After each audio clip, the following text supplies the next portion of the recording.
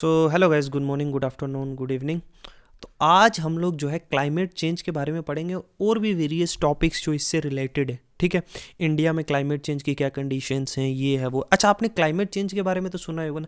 Definitely अगर आपने थोड़ी बहुत ही पढ़ाई भी की है ना, तो आपने ज़रूर क्लाइमेट चेंज के बारे में सुना होगा। और ख़ासकर जो आजकल जो मॉडर्न टाइम है या पोस्ट इंडस्ट्रियल जिसको हम वर्ल्ड बोलते हैं, उसमें क्लाइमेट, देखो क्लाइमेट चेंज, वेदर चेंज नहीं बोला है। वेदर तो सुबह शाम चेंज होता रहता है ना। क्लाइमेट चेंज का जो है ना वो एक अलग चीज़ है। ठीक है, ये क्या है, एक लॉन्ग टर्म शिफ्ट या अल्टरेशन किसका, टेम्परेचर का, प्रेसिपिटेशन का, विंड पैटर्न का और बाकी एलिमेंट्स जो अर्थ के क्लाइमेट सिस्टम में है। मतलब कि लॉन्ग टर्म शिफ्ट होना। टेम्परेचर मतलब देखो, आपको महसूस होगा अगर लॉन्ग टर्म किसी एरियाज में गर्मी हो रही है, समझ लो जम्मू एंड कश्मीर या हिमालयन स्टेट जैसे उत्तराखंड में बहुत ज़्यादा गर्मी पड़ रही है, जो कि उसके 100 या 50 साल के, जो 200 साल की हिस्ट्री में इतनी गर्मी नहीं हुआ करती थी। लेकिन अब जो है वैसा temperature rise continuously year by year हमें दिख रहा है। ठीक है, तापमान जिसको बोलते हैं। ठीक है, या फिर रेनफॉल पैटर्न्स के मूनसून में रेनफॉल नहीं हो रही, रेंडमली विंटर सीजन में रेनफॉल हो रही है बहुत ज़्यादा, या फिर जो है स्प्रिंग्स में या फिर ऑटम सीजन में। मतलब रेनफॉल का जब पैटर्न लॉन्ग टर्म शिफ्ट हो जाना रेनफॉल का, ये नहीं कि एक दिन बारिश हो जाना, नहीं, एक दिन वाला नहीं। कि मतलब आप देखो कि मतलब कि सावन के महीने में बारिश नहीं हो रही, ठीक है, लेकिन जो है सूखे के मौसम में जब जो है बारिश नहीं होनी चाहिए तब जो है 10 दिन 5 दिन बारिश लग गई। लॉन्ग टर्म शिफ्ट दूसरे साल तीसरे साल ऐसा हो रहा है, चौथे साल ऐसा हो रहा है कि बारिश इशू का जो मौसम है वो पूरा चेंज हो जाना। कि जब रेनी सीजन होना चाहिए तब नहीं हो रहा, लेकिन जब सूखा होना चाहिए तब बारिश हो रही है। विंड पैटर्न्स का चेंज होना, हवाओं का चलना किस दिशा में चल रही है, और बाकी जो अर्थ के बहुत सारे जो पैटर्न्स हैं, बहुत सारे जो क्लाइमेट रिलेटेड जो फिनामिनास हैं, उनका जो है लॉन्ग टर्म शिफ्ट।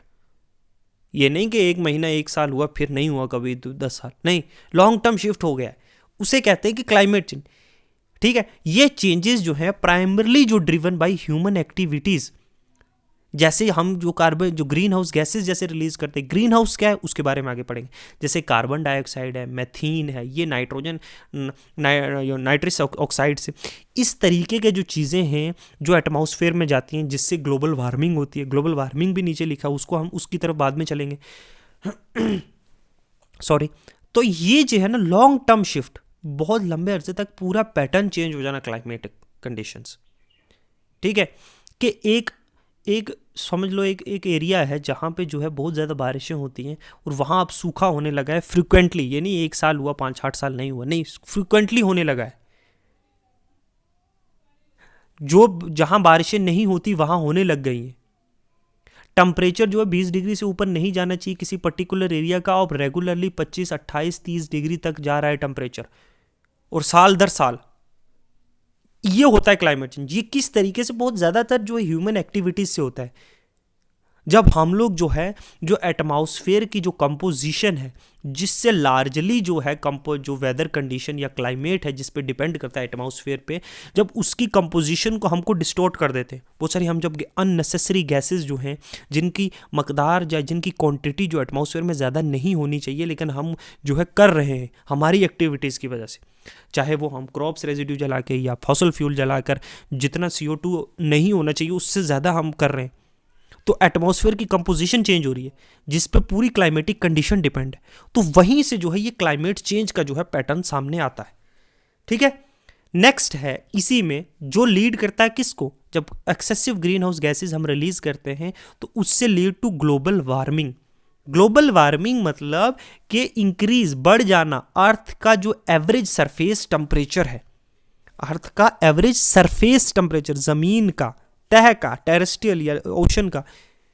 किसकी वजह से, ये ग्रीन हाउस गैसेस इकट्ठे होने की वजह से एटमॉस्फेयर में, मैंने अभी बताया कंपोजिशन से।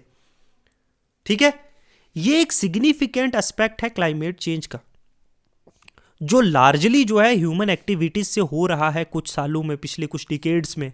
हम फॉसल फ्यूल्स जो जला रहे हैं जैसे डीजल, पेट्रोल, इस चीज़ कोल, चाहे वो एनर्जी क्रिएट करने के लिए या व्हीकल्स के लिए या इंडस्ट्रियल प्रोडक्शन के लिए, किसी भी कारण के लिए, ये एक्सेसिव जो गैसेज हैं ये एटमॉस्फेयर के कंपोजिशंस को चेंज कर रही हैं, जिससे ग्लोबल वार्मिंग हो रही है, जिससे अर्थ का सरफेस टेम्परेचर इंक्रीज हो रहा है। कैसे ये फिनोमिना काम करता है वो आगे डिस्कस करेंगे।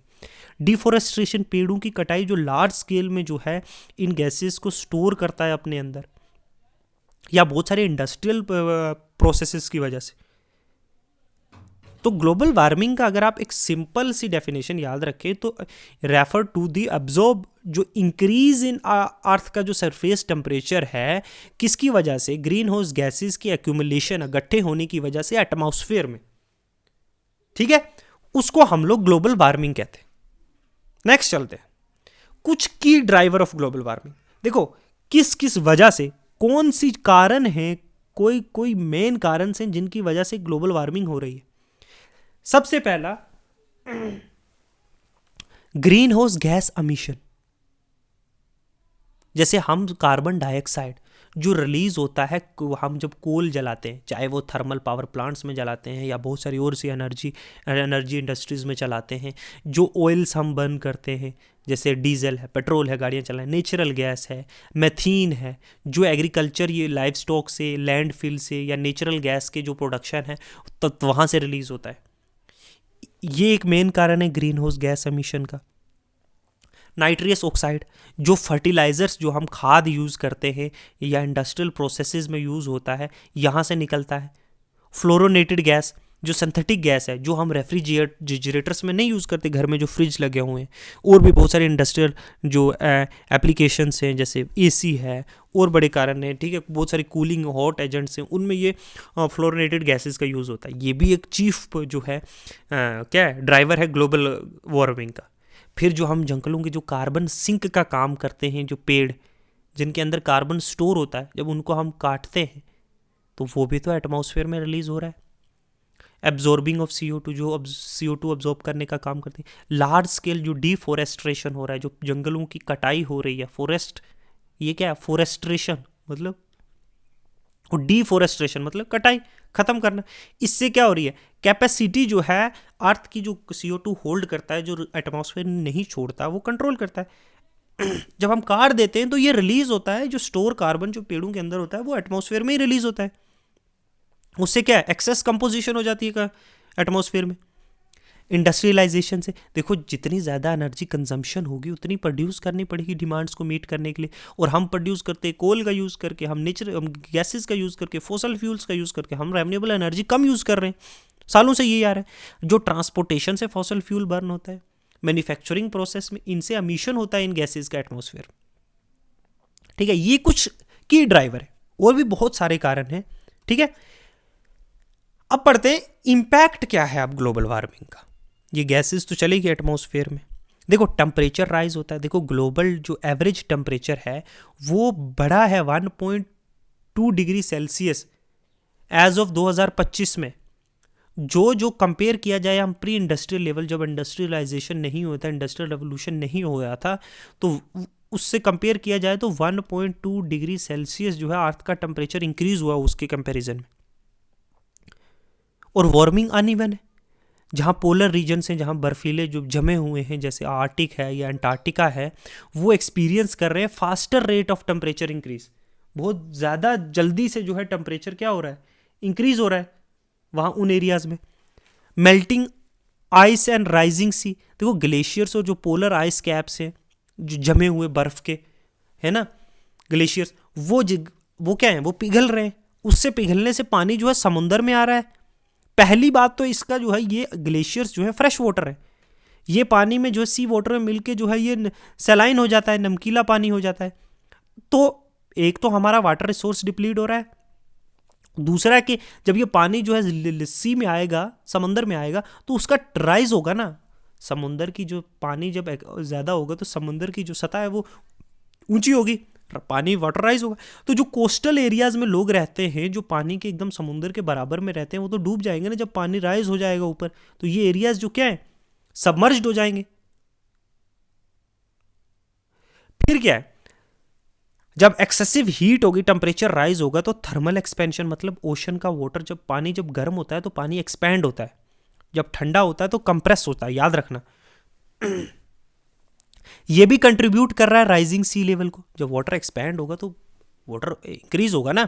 एक्सट्रीम वेदर कंडीशंस, अब क्लाइमेट ग्लोबल वार्मिंग से जो है बहुत सारी फ्रीक्वेंट और इंटेंस, बहुत तेज सख्त और बहुत ज़्यादातर आजकल हीट वेव्स जनरेट होती है, ड्रॉट्स होती हैं, सूखा पड़ता है, हरिकेन्स आते हैं, सैलाब आते हैं। ठीक है, ये इम्पैक्ट है ना ग्लोबल वार्मिंग के। ओशन इम्पैक्ट, जो वार्म ओशंस हैं वो डिसरप्ट, बहुत सारी मरीन लाइफ को डिसरप्ट करते हैं। कैसे?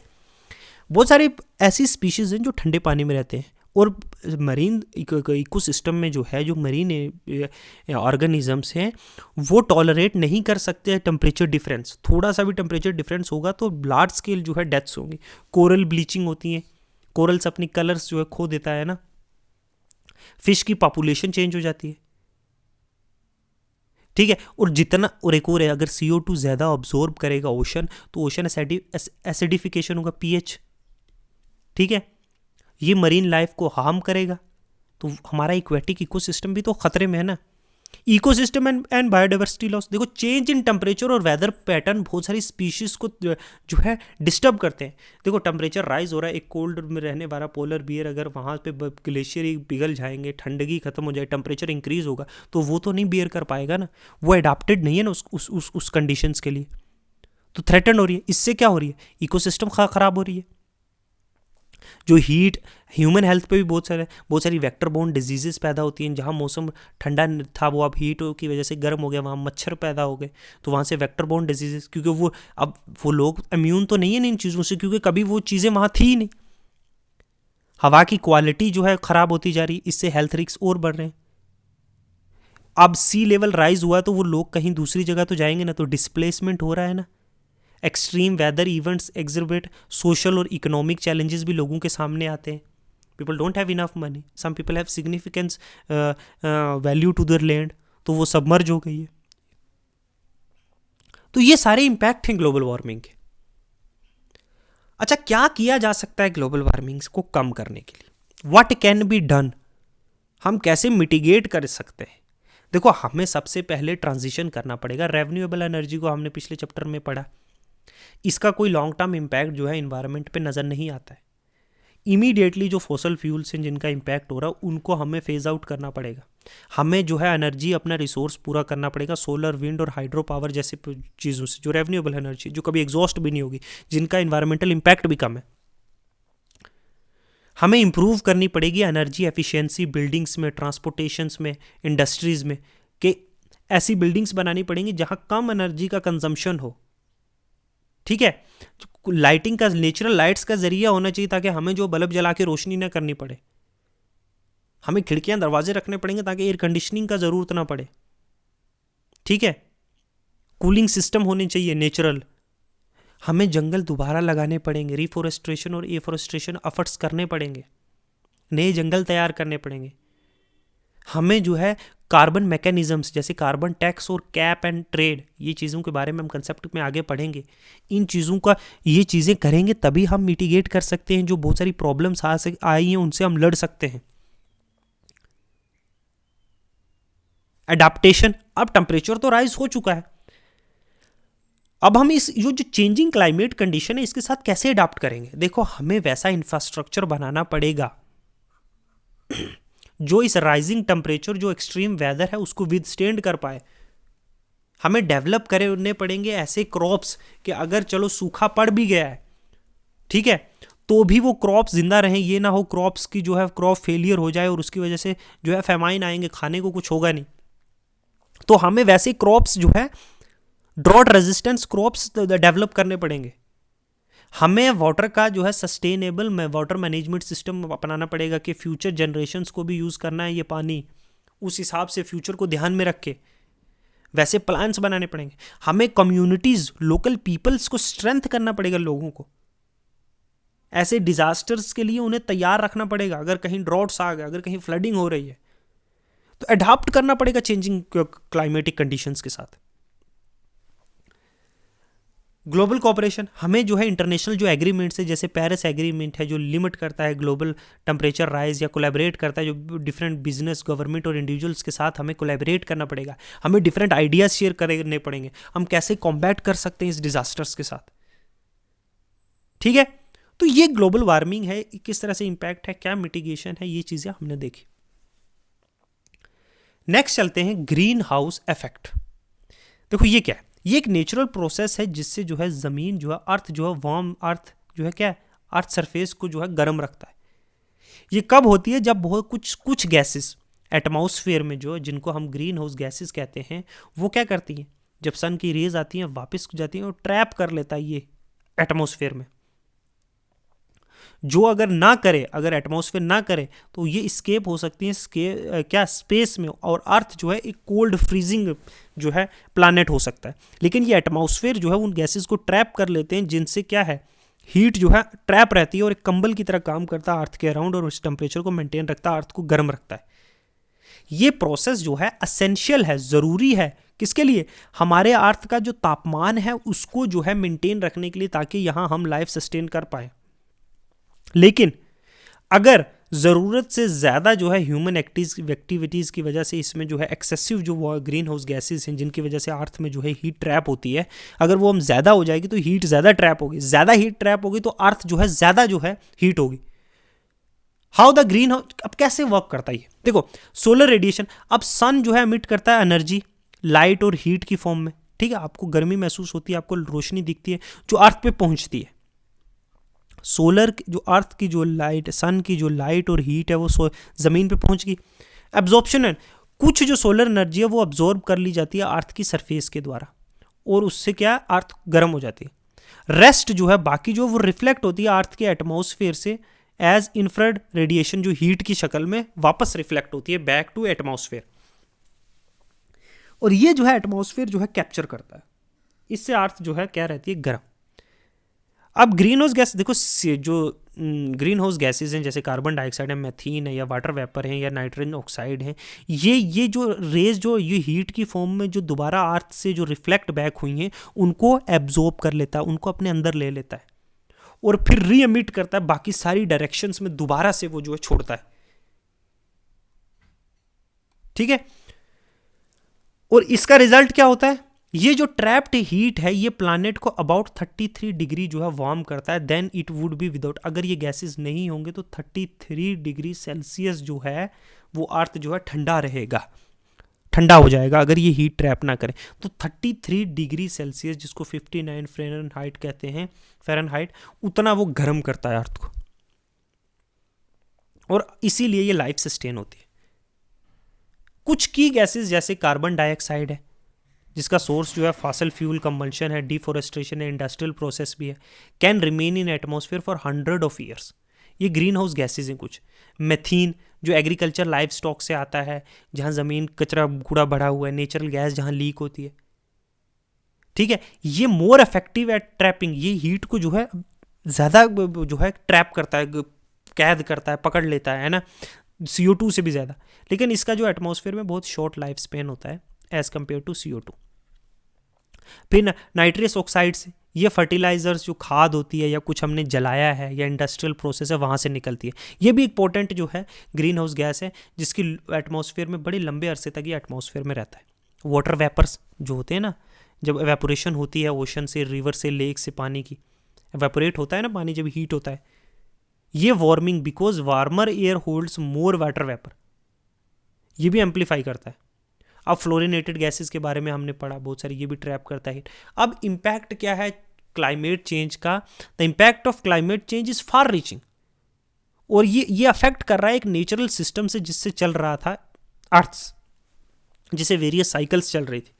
इसका इम्पैक्ट नेचुरल सिस्टम पे भी है, वेदर कंडीशन पे, क्लाइमेट पे, हमारी सोसाइटी पे, इकोनॉमी पे भी, पूरी दुनिया में वो क्या क्या इम्पैक्ट है वो पढ़ते हैं। देखो क्लाइमेट चेंज का एक तो टेम्परेचर राइज होगा, अप्रॉक्सीमेटली हमने पढ़ा 1.2 degree Celsius in the industrial time increased हुआ है। हीट वेव्स जो है अब फ्रीक्वेंट हो गई हैं, सीवियर हो गई, क्योंकि क्लाइमेट अर्थ की जो है टेम्परेचर इंक्रीज हो गया। अब देखो उससे जो है आइस ग्लेशियर्स जो है पिघले हैं, जिससे क्या है समुद्र की सतह जो है ऊंची हुई है। अब अगर हम देखें सी लेवल हैज़ राइज 20 सेंटीमीटर, 1880 से आज तक 20 सेंटीमीटर तक जो है, और ये थ्रेटन कर रहा है, अब खतरे में है बहुत से कोस्टल बोट्स जो साहिली किनारे हैं, जो समुद्र के किनारे हैं, तट हैं, और जो लो लेइंग एरिया जो नीचे हैं, जो छोटे छोटे आइलैंड्स हैं। एक्सट्रीम वेदर कंडीशंस आ रहे हैं, हरिकेन, टाइफून, फ्लड, ड्रॉट्स, क्योंकि वेदर पैटर्न शिफ्ट हो गए हैं, जिससे इकोसिस्टम और एग्रीकल्चर बहुत हद तक डिसरप्ट हो रहा है। ये हमने पढ़ा। जिससे वार्म अगर ओशन करंट हो गया, कोरल ब्लीचिंग होती है, मरीन बायोडाइवर्सिटी भी खतरा है, ओशन ज़्यादा एसिडिक हो गया है क्योंकि कार्बन ज़्यादा इंक्रीज अब्जॉर्प्शन की वजह से। शेल फिश, कोरल लीव्स, बहुत सारे और भी एक्वेटिक फिशेज और भी स्पीशीज़ के लिए जो खतरनाक है। ये सारे इम्पैक्ट है, इकोलॉजिकल इम्पैक्ट, देखो स्पीशीज़, बहुत सारी जो स्पीशीज़ हैं वो स्ट्रगल कर रही हैं कि किस तरीके से जो इतना जल्दी से जो टेम्परेचर जो चेंज हो रहा है और हैबिटेट, उसमें हम कैसे अपने आप को ढालेंगे, कैसे अडाप्ट करेंगे। बहुत सारी स्पीशीज़ जो एक्सटिंक्शन की रिस्क पे हैं, पर्टिकुलरली जो पोलर और जो ट्रॉपिकल स्पीशीज़ हैं, क्योंकि वहाँ टेम्परेचर राइज हो रहा है और ये जो है कोल्ड एरियाज में रहने वाली स्पीशीज़ है, वहाँ टेम्परेचर राइज हो जाएगा तो ये थ्रेटन हो रहा है इनके जो very habitat. Shift in ecosystem, देखो change in migration patterns, breeding season, species distribution. तो फॉरेस्ट जो है फेस कर रहे हैं रिस्क, कहाँ से? पेस्ट से, डिजीज से, वाइल्ड फायर से। तो ये सारे इम्पैक्ट हैं, long term short term impact जो है क्लाइमेट चेंज के, बायोडाइवर्सिटी, इकोनॉमी, पॉलिटी से लेके हर चीज़ पर। ह्यूमन इम्पैक्ट भी है। देखो हेल्थ रिस्क, जब हीट जो गर्मी इंक्रीज होती है तो बहुत सारी उससे रिलेटेड बीमारियां और डेथ्स होती हैं। बहुत सारी वेक्टर बोर्न डिजीजेस जैसे मलेरिया, डेंगू जो हैं, जो गर्म एरियाज में क्लाइमेट्स में होते हैं। फूड्स के देखो क्रॉप यील्ड जो है वो, अब क्रॉप्स यील्ड मतलब कि जितनी पैदावार होनी चाहिए थी खेती की, जितनी फसल की, वो कम होती जा रही है कुछ एरियाज में। क्यों? क्योंकि सूखा पड़ रहा है, क्योंकि वेदर कंडीशंस जो है, वेदर पैटर्न चेंज हो रहे हैं। जो लोग फिशरी पे सस्टेन करते थे, जो मछलियां पकड़ते थे, वो डिसरप्ट हो गए क्योंकि जो ओशन का वाटर है वो गर्म हो रहा है, एसिडिफिकेशन हो रही है, तो लार्ज स्केल फिशेस की डेथ हो रही है। ठीक है, वाटर स्कार्सिटी। अब जो ग्लेशियर पिघल रहे हैं उससे क्या हो रहा है? प्रेसिपिटेशन पैटर्न्स चेंज हो रहे हैं, जिससे फ्रेश वाटर जो पानी पीने का था उसकी एबिलिटी भी कम हो रही है। मैंने बताया ग्लेशियर्स में जो है फ्रेश वाटर का स्टोरेज है, वो जहाँ समुद्र के सलाइन पानी में घुलता जा रहा है। तो वाटर रिसोर्सेज के लिए कंपटीशन इंक्रीज हो रहा है ना। इकोनॉमिक लॉस, देखो बहुत से इंफ्रास्ट्रक्चर जो है वो डैमेज हो रहे हैं एक्सट्रीम वेदर इवेंट्स की वजह से, और जिससे जो है बिलियंस की जो है कॉस्ट जो है नुकसान हो रहा है एनुअली। एग्रीकल्चर की प्रोडक्टिविटी इंक्रीज जो है डिक्रीज हो गई है, जिससे लोगों के लिवलीहुड और इकोनॉमी पे डायरेक्ट इंपैक्ट पड़ रहा है। सोशल और कल्चरल इम्पैक्ट, देखो डिस्प्लेसमेंट और माइग्रेशन। जब सी लेवल राइज होगा, पानी की सतह जो है, समुद्र की सतह इंक्रीज होगी, तो मिलियंस ऑफ पीपल जो कोस्ट एरिया में रहते हैं, जो अपने घरों में रहते हैं, जो अपनी ज़मीनों पे रहते हैं, अब पानी इंक्रीज हो गया तो वो कोस्ट एरिया तो सबमर्ज हो गए, छोटे स्मॉल आइलैंड नेशन सबमर्ज हो गए। तो ये लोग डिस्प्लेस हो गए कि नहीं, दूसरी जगह, ना घर, ना बाहर, ना खेती, ना कुछ। इनइक्वालिटी, देखो जो मार्जिनलाइज कम्युनिटीज़ हैं, जो पुअर पीपल्स हैं, पर्टिकुलरली जो डेवलपिंग कंट्रीज में हैं, वो इस चीज से डिसप्रोपोर्शनली अफेक्टेड है, जबकि वो लिमिटेड रिसोर्सेज और उनके पास रिसोर्सेज भी लिमिटेड है और वो इन चीज़ों का यूज भी कम कर रहे हैं। People living in big cities are using ACs, people heaters, natural gas, they have 2 to 3 3 4 4 cars and they are burning fossil fuels all over the city। और इम्पैक्ट पड़ रहा है मार्जिनलाइज पीपल पे, बिकॉज और ये लोग वो हैं जो साइकिल से ट्रैवल कर रहे हैं, इनका कोई कसूर भी नहीं है। बहुत सारी हिस्टोरिकल साइट्स जो हैं वो जो है ख़राब हो रही हैं, जैसे एसिड रेन का आपने सुना होगा, ताजमहल से रिलेटेड, जो लोगों की ट्रेडिशनल वे ऑफ लाइफ थी, वो स्पेशली जो वर्नरेबल रीजन से, डिफॉरेस्टेशन से जो है, फॉरेस्ट से जो छोटा मोटा कलेक्ट करते थे चीज़ें, उनकी वो लाइवलीहुड ख़त्म हो गई। कोस्टल एरियाज में सी राइज हो गया है। एग्रीकल्चर, छोटी छोटी खेती करके अपना गुजारा करने वालों पर ड्रॉट्स और फ्लडिंग हो रही है। तो इम्पैक्ट जो है inequality and vulnerability, serious impact जो है वो peoples who are vulnerable, poor peoples, marginalise communities पे है, और उनका फॉल्ट भी नहीं है। ओके अब ग्लोबल एंड पॉलिटिकल इम्पैक्ट देखो, जियो पॉलिटिकल टेंशन। अब कंपटीशन नेचुरल रिसोर्सेज के लिए, जैसे वाटर के लिए और एरेबल लैंड, खेती बाड़ी के लिए, इससे कन्फ्लिक्ट्स पैदा हो रहे हैं। लोग एक दूसरे पे जो है क्या वॉर कर रहे हैं इंटरेस्ट से ना, यहाँ पे इस लैंड, ये लैंड अपने कब्जे में लेने के लिए। वो रिवर वाटर डिस्प्यूट्स हो रहे हैं कि पानी हमें चाहिए, दूसरा बोलता है नहीं मुझे भी चाहिए।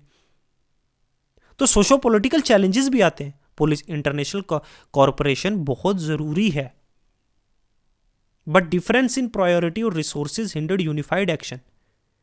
हमारी प्रायोरिटीज अलग है, दूसरे की प्रायोरिटीज़ अलग है, किसी को पानी चाहिए, किसी को लैंड चाहिए, किसी को फलाना क्रॉप चाहिए, किसी को कुछ चाहिए। तो डिफरेंट, जब इंसान के एम अलग अलग एम हैं सबके, तो कैसे हम एक कॉमन गोल को जो है हासिल करेंगे, है क्या नहीं? पॉजिटिव फीडबैक, देखो क्लाइमेट चेंज जो है अफेक्ट्स ऑफन एम्पलीफाइज दमसेल्व्स। जैसे ग्लेशियर्स मेल्ट हो रहे हैं, इससे क्या है, एल्बिडो रिड्यूसर। एल्बिडो क्या होता है, जो रिफ्लेक्शन पड़ेगी, मतलब सूरज की, ये वाइट कलर की ओशन, ये सरफेस है आइस की, तो इससे ज़्यादा और रिफ्लेक्ट होगी। अब जब ग्लेशियर ही पिघल गए तो ये सन रेज आके पड़ रही हैं, लेकिन अब्जॉर्ब कर रहा है अर्थ, तो उससे ज़्यादा टेम्परेचर इंक्रीज हो रहा है, मोर हीट ऑब्जॉर्प्शन हो रही है। पहले ये रिफ्लेक्ट बैक हो जाता है एटमॉस्फेयर में, ठीक है। जो थॉइंग, जो परमा फ्रॉस्ट है, वो मैथेन रिलीज कर रहा है, ये भी एक पोटेंशियल ग्रीन हाउस गैस है। तो हम एक लूप होल में फंसते जा रहे हैं, ठीक है। नेक्स्ट है मिटिगेशन स्ट्रेटेजीज। कार्बन सिक्वेस्ट्रेशन एक प्रोसेस है जिससे क्या किया जाता है, जिससे जो स्टोर, जो कैप्चर किया जाता है, पकड़ा जाता है और स्टोर किया जाता है जो एटमॉस्फेयर का CO2 है, ताकि हम एक्सेसिव CO2 एटमॉस्फेयर में ना जाए और हम लोग जो है क्लाइमेट चेंज से बच सकें। ये नेचुरली भी होता है इकोसिस्टम में, और बहुत सारे इंजीनियरिंग टेक्नोलॉजी जो डिज़ाइन की गई है CO2 को एटमॉस्फेयर से रिलीज जो है, एटमॉस्फेयर से रिमूव करके और स्टोर किया जाता है सेफली। अब टाइप पढ़ते हैं कार्बन जो है सिक्वेस्ट्रेशन के। देखो नेचुरल कार्बन सिक्वेस्ट्रेशन भी है। देखो नेचुरल इकोसिस्टम जो है ना, वो भी एक बहुत अहम रोल, वाइटल रोल प्ले करता है, जिससे हम लोग जो है ज़्यादा से ज़्यादा जो है एब्जॉर्ब कर सकते हैं CO2 को। जैसे फॉरेस्ट है, जंगल है ना, जो प्लांट्स हैं ये एब्जॉर्ब करते हैं CO2, किसके लिए, फोटोसिंथेटिक प्रोसेस के लिए, जिससे वो अपना फूड प्रिपेयर करते हैं। ये कार्बन को जो स्टोर करते हैं इंदर बायोमास, ट्रंक में, ब्रांचेस जो उनकी हैं, या पत्तों में, या जड़ों में, और सॉइल में। ये नेचुरल कार्बन सिक्वेस्ट्रेशन है। अब अगर हम ज़्यादा से ज़्यादा पेड़ लगाएंगे तो ज़्यादा ये नेचुरल सिंक बनेगा और ज़्यादा से ज़्यादा कार्बन कैप्चर करेगा और एटमॉस्फेयर में नहीं जाएगा, और उसका जो एक चेन रिएक्शन शुरू हो जाता है वो नहीं होगा। सोइल, देखो कार्बन जो है वो स्टोर होता है बहुत से ऑर्गेनिक मैटर्स में।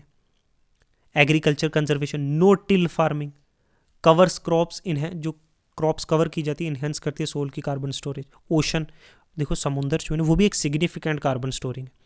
बहुत सारे मरीन प्लांट्स जो हैं, या जो सी ग्रास है, फाइटोप्लैंक्टन्स है, वो जो है कार्बन को स्टोर करते हैं। कोस्टल इकोसिस्टम जैसे मैंग्रोव्स हैं, जो साल्ट मार्शेज हैं, इन्हें ब्लू कार्बन भी कहा जाता है, सिंक्स, क्योंकि ये कार्बन को स्टोर करते हैं। वेटलैंड्स, जो जो पिटलैंड्स हैं, जो वेटलैंड्स हैं जो इंडिया में, वो भी जैसे लेक्स हैं, रिवर्स हैं, यहाँ पे भी लार्ज अमाउंट ऑफ कार्बन जो है वो मिट्टी के थ्रू यहाँ स्टोर किया जाता है, जो एटमॉस्फेयर में प्रिवेंटिंग इसको एटमॉस्फेयर में रिलीज होने से ज़्यादा। ये कुछ नेचुरल है, नेचुरल कार्बन जो है, कार्बन सिक्वेस्ट्रेशन, ठीक है। इस तरीके से नेचुरली भी हो सकता है। जियोलॉजिकल कार्बन सिक्वेस्ट्रेशन, देखो CO2 को, जो कार्बन डाइऑक्साइड है, उसको अंडरग्राउंड स्टोर किया जाता है किसी जियोलॉजिकल फॉर्मेशन में, किसी डीप सैलाइन इक्विफायर, जो वास्ट अंडरग्राउंड होती हैं, रॉक्स होती हैं ना, उसमें सुराख्स होते हैं बड़े बड़े, यहाँ पे विद साल्ट वाटर होता है, ये स्टोर करता है large amount of CO2। Depleted oil और गैस रिजर्वायर, देखो हम ना बहुत सारे जो है ना इंजेक्ट करते हैं CO2 इन रिजर्वायर्स में, जहाँ स्टोर किया जाता है, और ऑयल रिकवरी को इन्हेंस भी करता है। बसाल्टिक रॉक में ना CO2 रिएक्ट करता है बहुत सारे मिनरल्स के साथ, और बसाल्ट का फॉर्मेशन करता है, जो एक सॉलिड कार्बोनेट है, ठीक है। और उसमें हमेशा हमेशा के लिए जो है कार्बन जो है उसको जो है कैद कर दिया जाता है। टेक्नोलॉजिकली हम कार्बन कैसे स्टोर, देखो एडवांस टेक्नोलॉजी का यूज़ करके हम जो है कार्बन को स्टोर कर सकते हैं। जैसे डायरेक्ट एयर कैप्चर, मशीन्स जो है ना वो एग्जर्ट करती हैं CO2 डायरेक्टली एयर में, हवा में, ये कैप्चर करती हैं CO2 ये मशीन्स, और स्टोर करती है अंडरग्राउंड, या उनको बहुत सारे वेरियस प्रोडक्ट्स में यूज़ करती है। कार्बन कैप्चर एंड स्टोर, देखो कार्बन जो CO2 है वो एमिशन होती है इंडस्ट्री से, पावर प्लांट्स जैसे स्टील इंडस्ट्रीज़ है, जहाँ पे हम लोग बहुत सारी एनर्जी यूज़ होती है, तो इन्हें जो है वहीं से कैप्चर किया जाता है CO2 एमिशन को। जब एमिशन होती है वहीं स्टोर किया जाता है underground. Bio energy with carbon capturing storage, BECCS, bio energy with carbon capturing storage, biomass use होता है ना एनर्जी के लिए, ये भी कैप्चर और स्टोर करता है, और एक नेट नेगेटिव एमिशन करता है, कार्बन मार्जिनलाइजिंग।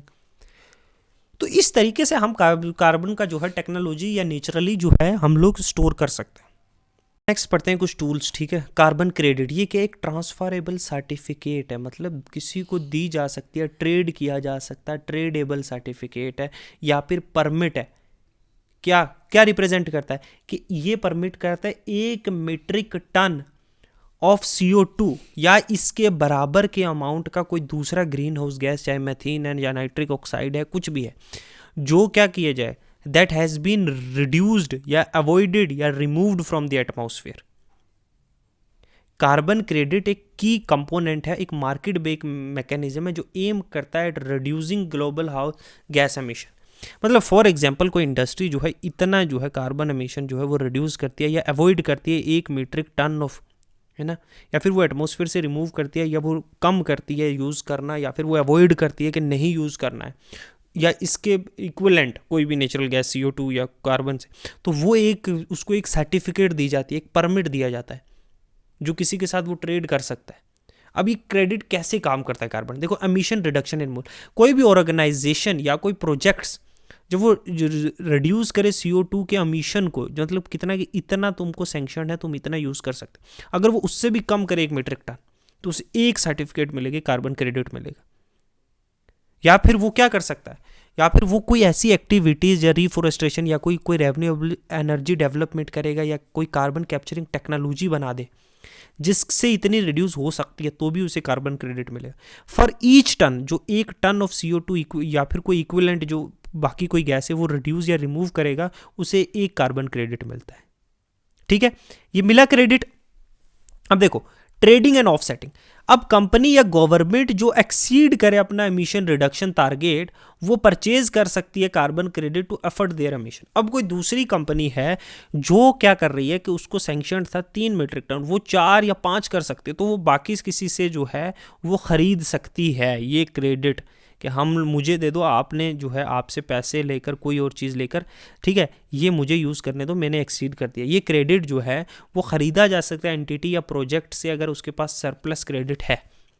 थर्ड पार्टी ऑर्गेनाइजेशन जो है वो वेरीफाई करेगी कि एमिशन रिडक्शन या रिमूवल जो है वो हुआ है, वो रियल है, इस कंपनी ने ये अर्न किया है इसने कार्बन क्रेडिट। ठीक है, अब कार्बन क्रेडिट जो है ना is a fee imposition. Carbon credit तो समझे ना, कार्बन टैक्स क्या है, ये एक किस्म की ना एक फीस दी जाती है।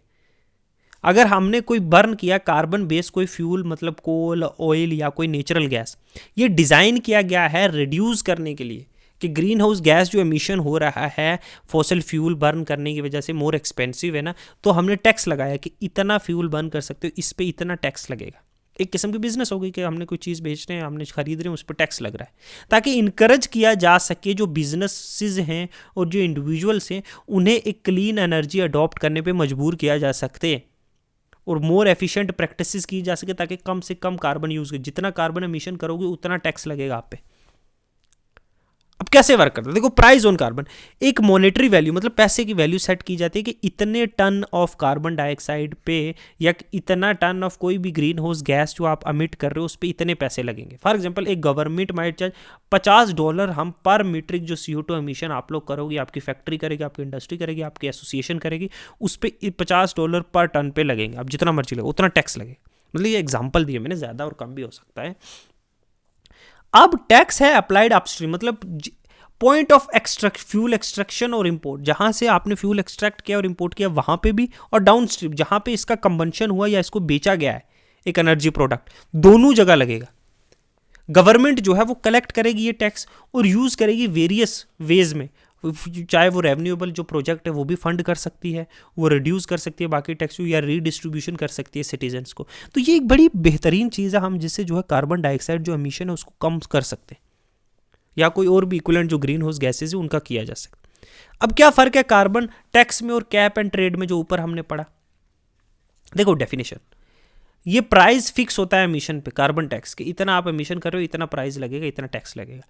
ये जो है ये लिमिट करता है टोटल एमिशन और परमिट करता है ट्रेड कि आप इतना यूज़ करोगे, इससे ज़्यादा कर नहीं सकते, इससे ज़्यादा करोगे तो आपको किसी से कार्बन क्रेडिट खरीद के यूज़ करना पड़ेगा। ठीक है, किसी ने अगर रेवेन्यूएबल प्रोजेक्ट लगा दिए हैं या उतनी कम कर दिया है तो उसके पास क्रेडिट अर्न हो जाएगा। इस पे सीधा सीधा टैक्स लग रहा है। यहाँ पे प्रोहिबिट की किस्म का रोका जाता है, परमिट्स ट्रेडेड। तो प्राइस सर्टेनिटी नोन, इस यहाँ पता होता है कि कितना कॉस्ट पर टन आपको कितना टैक्स लगेगा। ये प्राइस वेरी करता है डिमांड, मार्केट में कितनी डिमांड है। मार्केट में अगर बहुत ज़्यादा डिमांड है तो प्राइस इंक्रीज होगा, मार्केट में कम डिमांड है तो प्राइस डिक्रीज होगा। एमिशन सर्टेनिटी, अनसर्टेन रिडक्शन, यहाँ पे एमिशन कैप्ड होता है एट सेट लेवल की, इतना ही आप एमिट कर सकते हो, इससे ज़्यादा नहीं। यहाँ अनसर्टन होता है, ठीक है, कोई ज़्यादा करेगा ज़्यादा टैक्स, कम करेगा कम टैक्स। कॉम्प्लेक्सिटी सिंपल है एडमिनिस्ट्रेटर्स के लिए, ठीक है, हमने गवर्नमेंट के द्वारा फिक्स किया है $50 पर टन, तो ठीक है इतना आपने किया है, आपने 4 टन यूज़ किया, दो आप $200। इसमें जो है मॉनिटरिंग और इन्फोर्समेंट की बहुत ज़्यादा रिक्वायरमेंट है।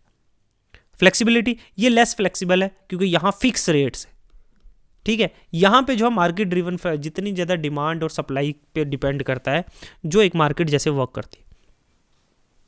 हमने इम्पैक्ट, क्लाइमेट चेंज का इम्पैक्ट अगर देखा जाए तो इंडिया में क्लाइमेट चेंज का क्या इम्पैक्ट है। देखो टेम्परेचर राइज इंडिया में भी हो रहा है, मूनसून में वेरिएबिलिटी आ गई, जो इंडियन मूनसून जो एग्रीकल्चर के लिए हमारे लिए बहुत ज़रूरी है, वो बहुत ज़्यादा जो है क्या हो रहा है, अनइवन है, क्या कभी हो रहा है नहीं हो रहा, लेट आ रहा है जल्दी आ रहा है, एक्सेसिव हो रहा है, ठीक है। ड्रॉट्स, फ्लड की इंसिडेंट, सी लेवल राइज हो रहा है, ग्लेशियर हिमालयाज़ में मेल्ट हो रहा है जिससे पानी जो है ब्रह्मपुत्र और इसमें बहुत ज़्यादा आ रहा है जिससे फ्लडिंग भी हो रही है। एक्सट्रीम वेदर कंडीशन इंडिया में भी है, साइक्लोन्स, फ्लड्स, ये इंडिया में भी हो रहे हैं। बायोडाइवर्सिटी लॉस, सेम इश्यूज जो वर्ल्ड में चल रहे हैं वो इंडिया में भी हो रही हैं, ठीक है। इंडिया कैसे मिटिगेट कर रहा है, देखो मिटिगेशन, नेशनल एक्शन प्लान बनाया इंडिया ने क्लाइमेट चेंज पे, NAPCC है, national action plan on climate change, जो लॉन्च किया था 2008 में।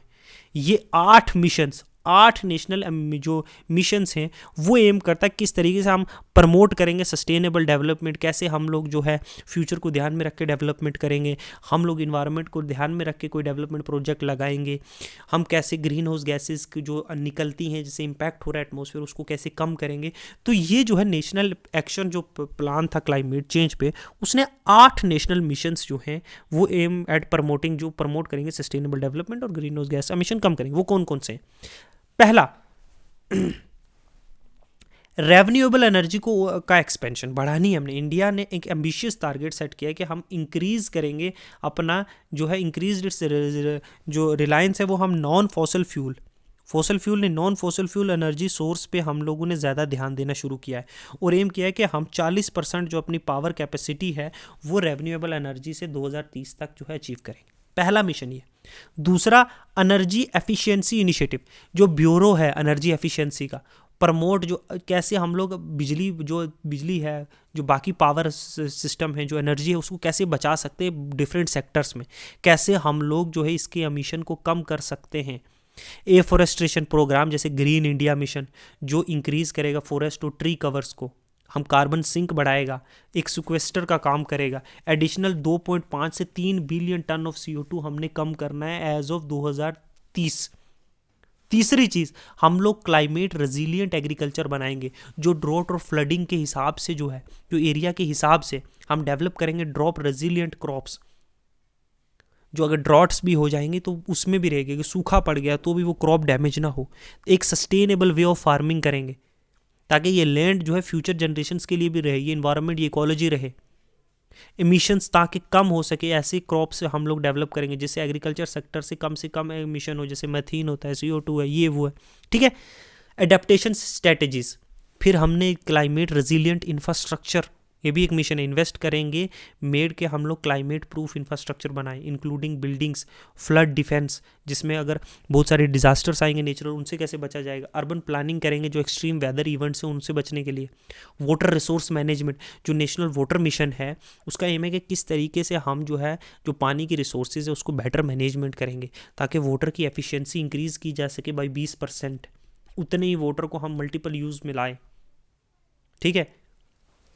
Community based adaptation, local communities को उनके ट्रेडिशनल जो प्रैक्टिसेस है उनसे इनोवेटिव आइडियाज़ लाएंगे, कैसे जो चेंजिंग कंडीशन है उसमें हम अडाप्ट कर सकते हैं, कैसे हम लोग जो है ट्रेडिशनल क्रॉप्स है, जब फर्टिलाइज़र्स नहीं होते थे तब भी तो यूज़ होता था ना, ये ट्रेडिशनल क्रॉप्स जो उगाई जाती थी बिना फर्टिलाइज़र्स के, बिना पेस्टिसाइड्स के, इसको कैसे किया जा सकता है, कैसे हम लोग क्लाइमेट प्रूफ इंफ्रास्ट्रक्चर बना सकते हैं। हेल्थ सेक्टर प्रिपेयर्डनेस, देखो हेल्थ सेक्टर को भी तो तैयार रखना पड़ेगा।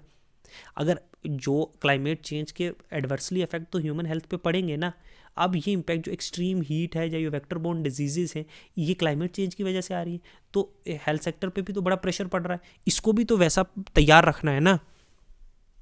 ठीक है, फिर इंडिया ने लॉन्च किया national action plan on climate change में, जैसे कि नेशनल सोलर मिशन। इसमें नेशनल सोलर मिशन भी तो है कि जिससे जो है सोलर एनर्जी को प्रमोट करना है, रिड्यूस करना है, हमारे जो हम लोग जो डिपेंड हैं फॉसिल फ्यूल पे, हमने अचीव करना है, टारगेट है 100 गीगावाट का एज ऑफ 2022। इसको एक्सटेंड कर दिया गया, 100 गीगावाट सोलर एनर्जी प्रोड्यूस करनी है, जो सब्सिडाइज करेगा सोलर प्लांट को, सब्सिडाइज के लार्ज स्केल सोलर जो प्रोजेक्ट लगाए गए हैं। National mission enhance efficiency improve करने के लिए अक्रॉस सेक्टर्स। नेशनल में सस्टेनेबल हैबिट्स, हमने वो जो है अर्बन लिविंग सस्टेनेबल बनानी है, रिड्यूस करनी है, जहाँ एनर्जी का कम कंजम्पशन करना है, हमने दरवाजे से बाहर निकलते तो लाइट की स्विच ऑफ करनी है। ठीक है, अर्बन जो वेस्ट मैनेजमेंट है, पब्लिक ट्रांसपोर्ट का यूज़ करना है, हमने अपनी गाड़ियाँ नहीं चलानी है, थोड़ा से काम है चाय पीने जाना तो अपनी गाड़ी निकालो, फॉसल फ्यूल का बर्न करो, कार्बन CO2 का बर्न करो। नेशनल वाटर मिशन हमने पढ़ा, नेशनल सस्टेनेबल हिमालय इकोसिस्टम कि कैसे हिमालयन के जो एरियाज हैं जो क्रिटिकल है इंडिया के वाटर एग्रीकल्चर के लिए, बायोडाइवर्सिटी को हमने पढ़ना है, सीखना है, किस तरीके से क्लाइमेट चेंज के साथ हमने अडॉप्ट करना है, ग्लेशियर्स, बायोडाइवर्सिटी, लिवलीहुड जो लोगों का है, हमने टूरिज्म को सस्टेनेबल टूरिज्म बनाना है, पोल्यूशन नहीं करना है।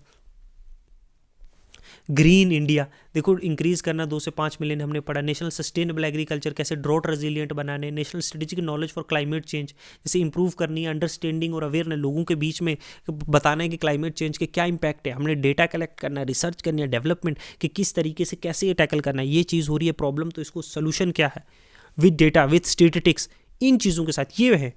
सप्लीमेंट्स में कुछ जैसे एनर्जी कंजर्वेशन बिल्डिंग कोड, जो कैसे हमने बिल्डिंग्स जो हैं क्लाइमेट रेजिलिएंट बनानी है। National electric mobility mission plan encourage किया कि अडाप्टेशन इलेक्ट्रिक व्हीकल्स का यूज़ ने अडॉप्ट की जाए ज़्यादा से ज़्यादा, ताकि हम फॉसल फ्यूल जो बर्न करने वाली जो फॉसल इंटेंसिव जो गाड़ियाँ उनको छोड़ा जाए।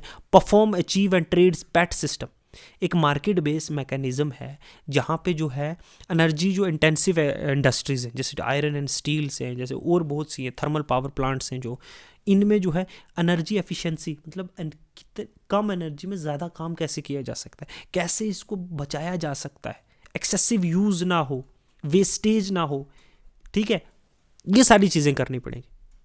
ठीक है, अब इंडिया का इंटेंडेड जो नेशनल डिटरमाइंड प्लान INDC है, मतलब इंडिया ने सबमिट किया था अपना इंटेंडेड कि हम nationally determined contribution to UNFCC united nation जो फ्रेमवर्क कन्वेंशन है क्लाइमेट चेंज का, अक्टूबर हम नेक्स्ट चैप्टर में पढ़ेंगे इसके बारे में, क्या है COP क्या है, UNFCC क्या है, FCCC क्या है, ये सारे इंस्टीट्यूशन है।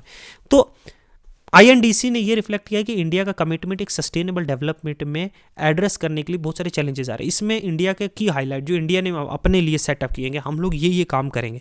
इंडिया ने कहा कि हम लोग रिड्यूस करेंगे जो ग्रीन हाउस गैस का जो एमिशन हम लोग करें इंटेंसिटी, वो GDP के रेशो से 30 से 35% 2005 के लेवल पे हम लोग बाई 2030 जो है कम करेंगे एमिशन। ठीक है, हम लोग फोकस करेंगे किस तरीके से हमें बिजली जो एनर्जी है उसको बचाएंगे। हम जो क्लीनर टेक्नोलॉजी जैसे EV व्हीकल्स हैं उनका यूज़ करेंगे अक्रॉस डिफरेंट सेक्टर्स। एग्जांपल दिया EV का, हम क्लीन टेक्नोलॉजी का यूज़ करेंगे जिसमें कम एमिशन होगा ग्रीन हाउस गैसेस का। हमने रेवन्यूएबल गोल सेट किए हैं कि 40% हम लोग जो है इलेक्ट्रिक पावर, अपनी जो बिजली की पावर है वो हम रेवन्यूएबल एनर्जी से लगाएंगे। ठीक है, नॉन फॉसल फ्यूल बेस से, अभी थर्मल से होते हैं, जैसे हम एक्सपैंड करेंगे अपने सोलर, विंड, हाइड्रो पावर और न्यूक्लियर एनर्जी कैपेसिटीज़ को। कार्बन सिक्वेस्ट्रेशंस थ्रू फॉरेस्टेशन, हम लोग फॉरेस्ट प्रोड्यूस करेंगे, प्रमोट करेंगे लाइफ फॉर एनवायरनमेंट जो हमें PM मोदी ने अभी किया था, जिससे इनिशिएटिव जो इंकरेज करेगा क्लाइमेट कॉन्शियस बिहेवियर कि लोगों का एनवायरनमेंट की तरह लाइफस्टाइल जो है वो क्या होना चाहिए, सूटेबल होना चाहिए। ठीक है, जैसे प्लास्टिक का यूज ना करना, अपना थैला ले जाना। ठीक है, हम लोग पब्लिक ट्रांसपोर्ट, ये एक लाइफस्टाइल है जो for environment life, public transport का यूज़ करना, ना कि अपनी बाइक निकाल लें फॉसल फ्यूल बंद करने से। एडेप्टिव स्ट्रेंथ करेंगे कैसे हम disaster risk reduction, climate resilient agriculture, ये हमने बहुत बार पढ़ा, पब्लिक हेल्थ सिस्टम को, इंफ्रास्ट्रक्चर को, वाटर रिसोर्स को, टेक्नोलॉजी एंड फाइनेंस।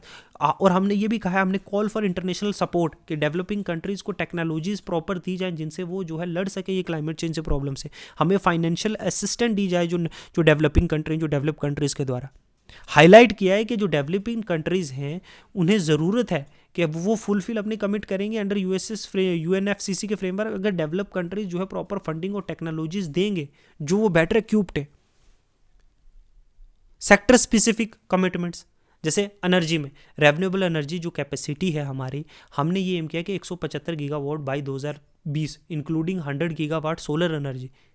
हम लोग यहाँ से रेन्यूएबल एनर्जी करेंगे, हम लोग क्लीन एनर्जी की तरफ जाएंगे, हम लोग इंडस्ट्री, रेजिडेंशियल और ट्रांसपोर्ट सेक्टर्स में जो है एफिशिएंसी प्रोड्यूस करेंगे, हम लोग ट्रांसपोर्टेशन हम लोग शिफ्ट करेंगे इलेक्ट्रिक व्हीकल्स की तरफ, जो एक क्लीनर पब्लिक ट्रांसपोर्ट सिस्टम है, साफ।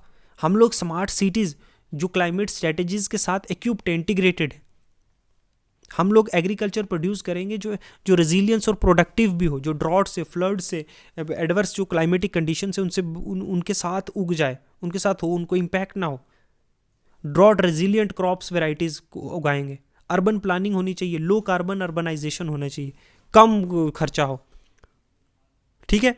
तो ये सारी चीज़ें देखो, अगर हमने प्रोग्रेस देखा, हमने ये सबमिट किया, तो उसके बाद देखो इंडिया ने एक सिग्निफिकेंट जो है बहुत हद तक प्रोग्रेस किया अपने जो इंटेंटेड जो नेशनल डिटरमिनेंट कमिटमेंट था। जैसे रेन्यूएबल का एनर्जी जो है वो जो बहुत हद तक ग्रो हुई है, सोलर और विंड एनर्जी एफिशिएंसी में हमने परफॉर्म अचीव और पैट जैसा सिस्टम लाया है जिसने इंडस्ट्री के इमिशंस को कम किया है।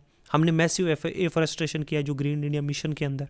फाइनेंशियल देखो, इन टारगेट को जो पूरा करने के लिए ना बहुत सारी इन्वेस्टमेंट चाहिए, $2.5 ट्रिलियन चाहिए 2030 तक। इतना पैसा लाने के लिए हमारे पास टेक्नोलॉजी गैप है, जो क्लीन एनर्जी का टेक्नोलॉजी या कार्बन सिक्वेस्ट्रेशन की टेक्नोलॉजी जो डेवलपिंग कंट्री के पास है, हमारे पास अभी नहीं है।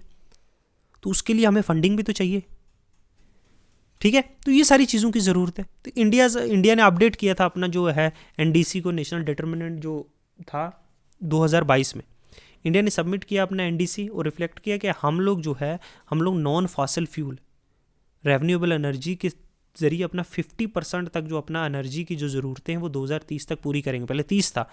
हम लोग जो है जो जितना एमिशन हम लोग करते हैं ग्रीन हाउस गैसेस का, वो अपनी जीडीपी के हिसाब से बाई 40% कम करेंगे 2005 के लेवल तक। बाई 2023 हम लोग जो है अपना नेट ज़ीरो के zero carbon emission, zero green house gases emission 2070 तक अचीव कर लेंगे। इंडिया एक प्रोएक्टिव रोल प्ले कर रहा है ग्लोबल क्लाइमेट एक्शंस में और बैलेंस करते हुए अपने डेवलपमेंटल नीड्स को भी, क्योंकि India is still a developing country. Less than 70 years हुए हमें आज़ाद हुए।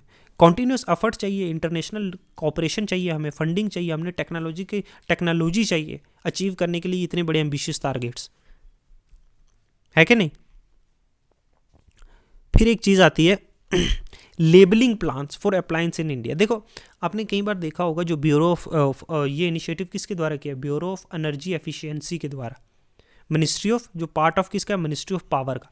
आपने बहुत बार देखा होगा कि आपने आपके फ्रिजेस पे, आपके हीटर्स पे, आपके एसीज पे जो है स्टार्स लगे होते हैं, 1 2 3, ये रेटिंग दी जाती है कि कितनी बिजली बचाती है ये जो है अप्लायंस।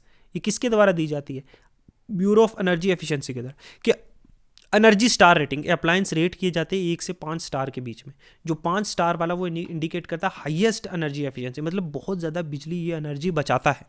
ये रेटिंग जो है अप्लायंस की एनर्जी कंजम्पशन, कितना कंजप्शन, कितनी वो खर्च करता है, इसमें मैंडेटरी भी है। बहुत सारे अप्लायंसेज जैसे एयर कंडीशनर है, फ्रिज, रेफ्रिजरेटर है, फ्लोरोसेंट लैंप्स हैं, इनको एनर्जी एफिशिएंसी जो लेबलिंग है उसकी सख्त ज़रूरत होती है। इसको मतलब ये मैंडेटरी है, पास ये लेना ही पड़ेगा ब्यूरो ऑफ एनर्जी एफिशिएंसी के द्वारा।